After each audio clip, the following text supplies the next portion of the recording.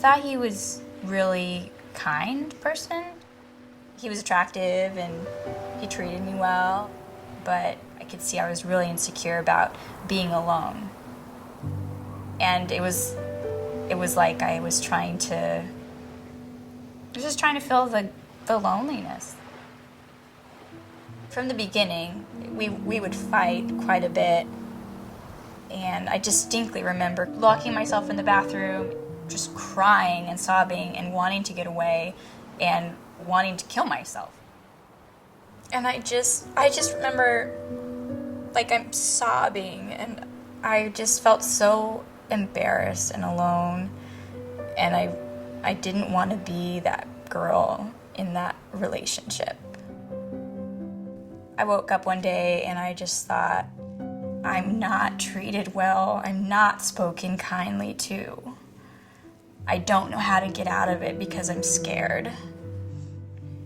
And I thought, like, I need to go to church. I looked up the Salvation Army online and took the bus.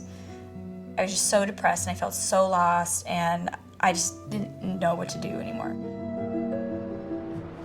I felt like I was walking for a really long time, and it was freezing cold, and it started to rain, but I still needed to get there, so I just kept going.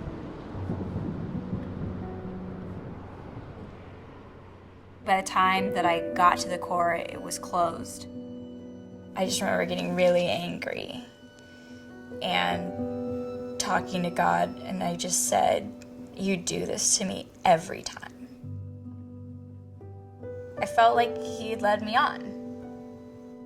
And he, which I now know is the Holy Spirit, said, come back next week. When I finally came back to church, I got there late. But this time there were people there. And people are making eye contact with you, and people are smiling at you, and you feel so uncomfortable because there's all this turmoil underneath the surface. It was a guest speaker, and he starts to talk about how relationships should be, and it's so completely opposite of sort of what's going on in my own life. And I started crying. I just knew that's what it should be, and it wasn't. And I wanted my relationship to be that way, and it wasn't. And I realized that.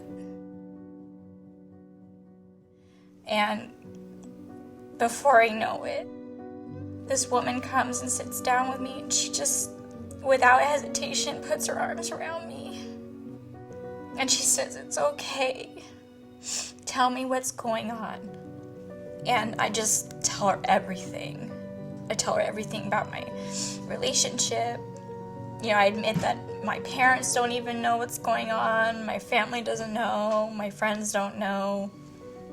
And she just prays for me, and she's holding me, and she's just giving me so much love in that moment. I started attending the core, and it became the one place in my life that I could go and feel safe. My relationship with God changed, and I started to talk to God about these things. But I still wanted my relationship to work out. Because you still, even through all this struggle, you still love that person. We finally broke up. And I just said, I have to trust that God has a plan for me. I sing in the songsters and I play in the band. Music is how I feel close to God. And when I'm singing or if I'm playing, that's how I communicate with God. And I think that's how I can also be blessed. I met Dave at the Salvation Army. And we had a common core belief in God, which I've never had before on that level, I think, with anybody. I think everything that has happened, I'm so grateful for where it brought me and who it brought me to, and I can't imagine life without my faith.